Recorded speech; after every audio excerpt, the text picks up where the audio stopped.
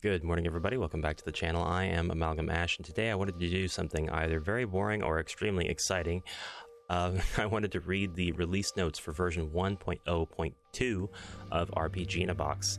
Justin dropped this morning, 5:58 a.m. These release notes are publicly available in the rpginabox Discord, which is always linked in the description below. The purpose of me doing this is to give it a little bit of exposure, if possible, but also to talk through some of the points mentioned and get ideas going, get motivation and inspiration rattling around in our skulls. Now, remember, rpginabox does have a free demo. You can check it out, try it out, decide if you want to purchase it. It is constantly being worked on. Justin works very hard on this engine. It is his dream, and you can join the Discord and give feedback. If you do decide to purchase the engine, you can get it on itch.io or on the Steam platform. If you buy it from itch.io, Justin gets a little bit more of the cut, and you get a free Steam key to go along with the purchase, which, yes, is totally allowable. So you basically get 2 copies of the engine for the price of 1. That's it. Going to jump into the release notes. There were a lot of bug fixes and some changes to the documentation listed as part of the release notes. I won't be going over those. I'll just be going over the new features and changes section, but there are numerous points here. So, added initial implementation of subfolder support for resources, all types except maps. Folders must be created outside of the editor until a future update. This one's exciting because if you use other RPG engines, notably Smile Game Builder and RPG Maker come to mind, you'll probably know that the maps that you create in those engines, you have a section where you have access to create subfolders, and you can organize and categorize your maps into those subfolders to make things more efficient for you. It just is a great way to organize the maps that you make, particularly if you have a large or ambitious project. This seems to extend for all resources, which is pretty exciting. So if I have to venture a guess, it means at the very least all of the visual elements, such as selecting what elements to put onto the map, NPCs, objects. That means that you should be able to take themed packs, DLCs, things like that, and separate them off into named folders, kind of like you can do in Smile Game Builder. So I can have one folder for all of my trees, one folder for all of my city buildings, things like that, things that would make it very, very easy to make your congruent maps. Added new functionality to the loot drops section of the combat editor, allowing multiple items per loot drop with a chance for each and a fixed or random amount. Added ability to generate loot for the selected loot drop in the combat editor to easily test out the randomly generated results. That's going to save a lot of time in playtesting. Added ability to assign multiple loot drops to an enemy in the combat editor with a percentage chance for each loot drop.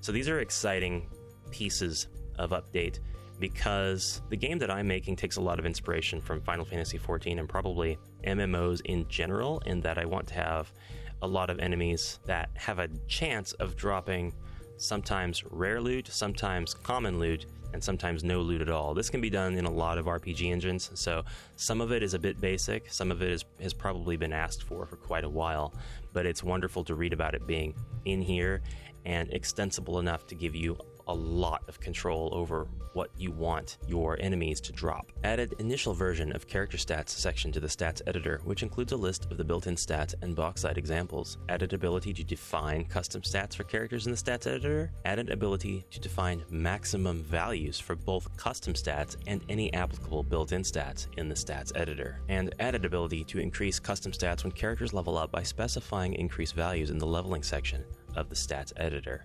Also added next level and next XP stats for getting a character's next level and XP required for that level. So no longer shall you be arbitrarily tied to just a few different stats.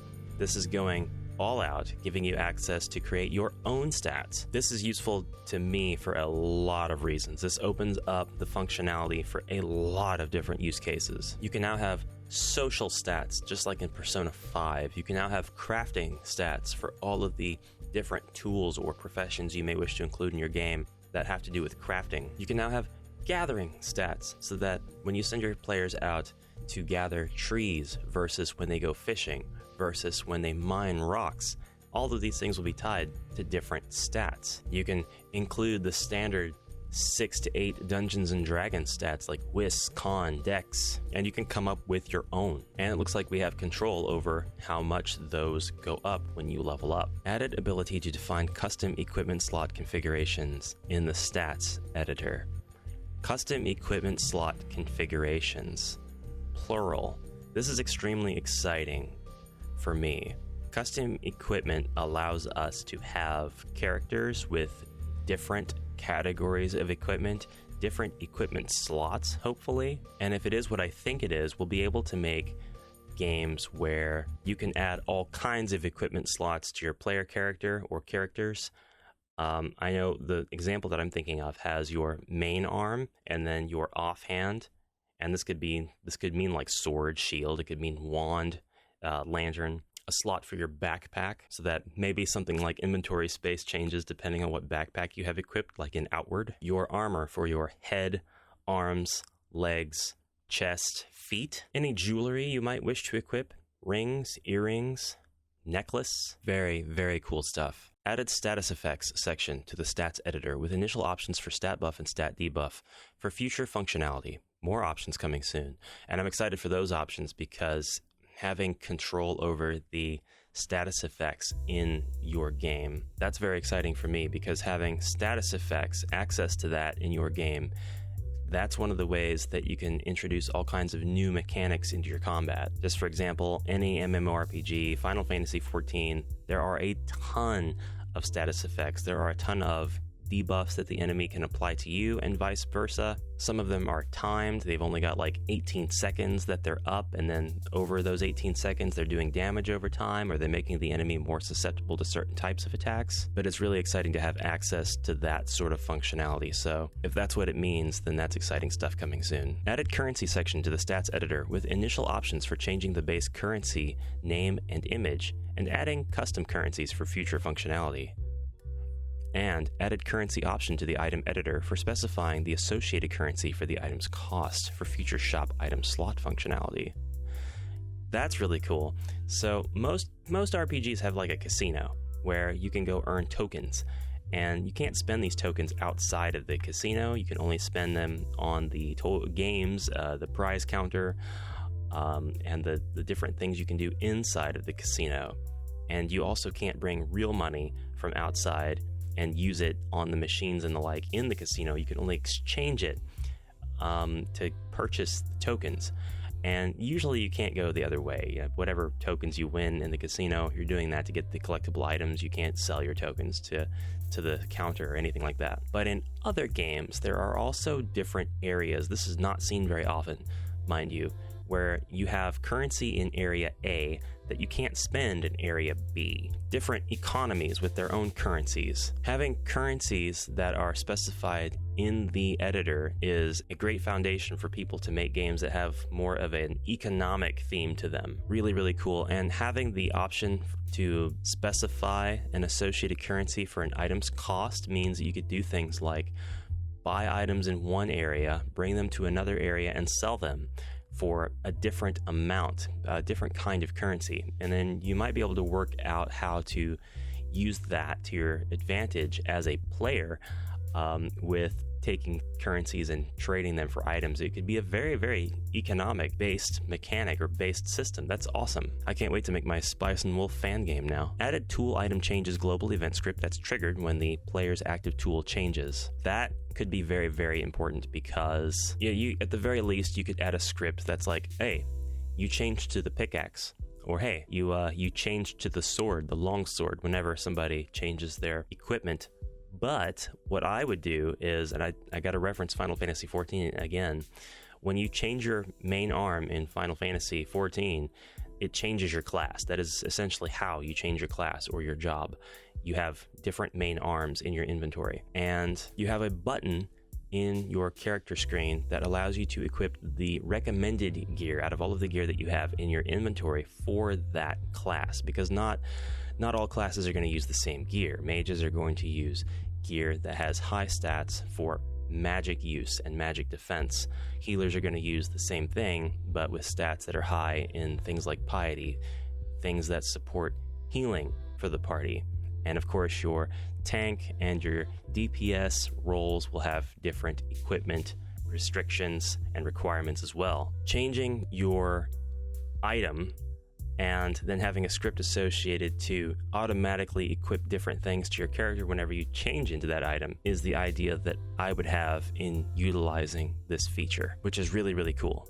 We're going to be saying that a lot during the rest of the reading, probably. Cool, nice, awesome. I apologize in advance, and also I'm not sorry. I don't know how that works. Added ability to set a projectile model override for ranged weapons in the item editor to use instead of the weapon or ammo's model for unlimited use guns, for example. Cool.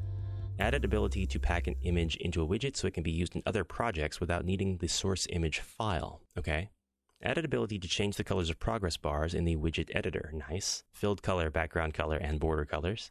Added fog of war setting in the game's configuration gameplay section for making the fog permanent. For example, revealed areas won't stay revealed. Nice. Okay.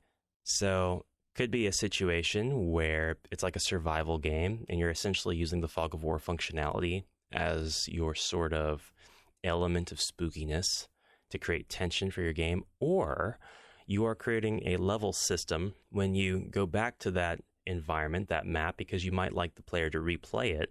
Now you can have different things going on in the darkness, different things for them to discover, so that no two gameplays are the same. And when they go back and the revealed areas don't stay revealed, now you can utilize a system like this. I'm sure there are 100 other use cases for that.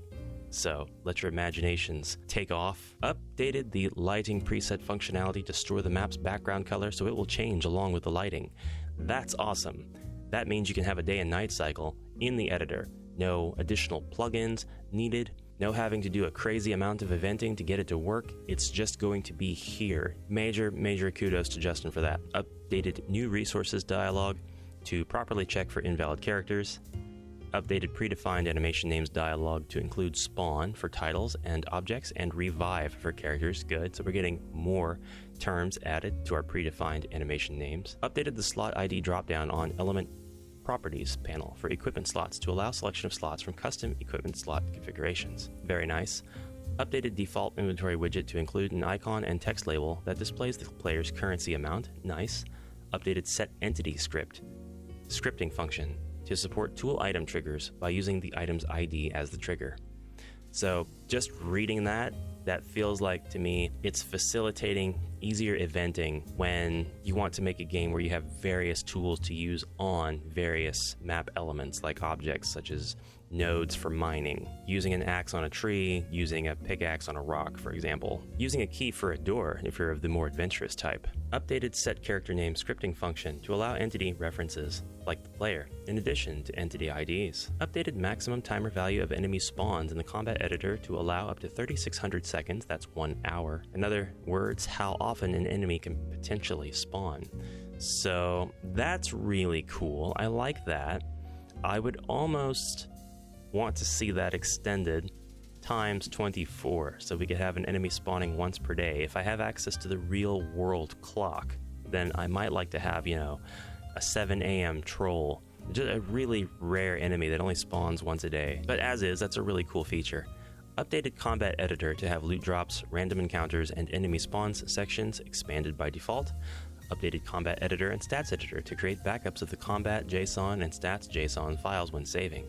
Updated line of sight logic for ranged weapons to catch some cases that were being missed, allowing the player to shoot through wall tiles in certain scenarios. I didn't see that in any of the games that I was playing, but if I did, I probably would have cheesed it, so it's probably a good thing that was fixed. Updated the tactical turn-based combat to refresh the current player character's movement area if their move range stat is updated during their turn. Oh good, so if move range goes up because of a buff or a spell, an ability, then we'll be able to see the results of that. Updated the Steam Rich Presence logic to support the quest editor, so its name is displayed as the current Rich Present status while in the editor. I don't understand that one, but I think if you're already using rpginabox, you probably do understand that, so sounds cool. Updated the Patreon credits in the About dialog to reflect the up-to-date levels for each patron based on the number of months pledged at each tier. That was very nice. I'm sure that was time-consuming, so really nice. Removed placeholder encounter message that was displayed before the battle whenever the player triggered a random encounter. And removed the unnecessary under construction message from the stats editor because rpginabox will always be expanding and improving throughout. That's a huge reason why this engine is relevant to this channel right now. I love all RPG creation tools. I don't think any of them cancel each other out necessarily. I think that the viability of an engine, no matter how old, is always going to depend on each dev and their specific project. And the more use cases, the better. But the fact of the matter is, Justin, the developer for rpginabox, the sole developer, is working on this thing day and night and listening to feedback and evidently applying some of that feedback to create these very extensible, awesome, powerful systems in this RPG toolset. All right, that's enough out of me. I hope you enjoyed this look. Again, the idea was really to get ideas rattling. If you'd like to see more of this, just me reading change logs, I have no problem doing that whatsoever. If I do it, I'm probably going to bring up other games, use cases for each of the lines, things like that. So if you want to see more, if you want to see me go read the dev notes, release notes, change logs, anything of that nature for any other engine, just drop me a link, tell me where to go. I'll read it. I'll put it up on the channel. And that's it. So I hope you have a fantastic day. Go check out rpginabox. Please, if you haven't already, spread the word. I will see you tomorrow, and I hope you have a fantastic day. Until then, bye for now.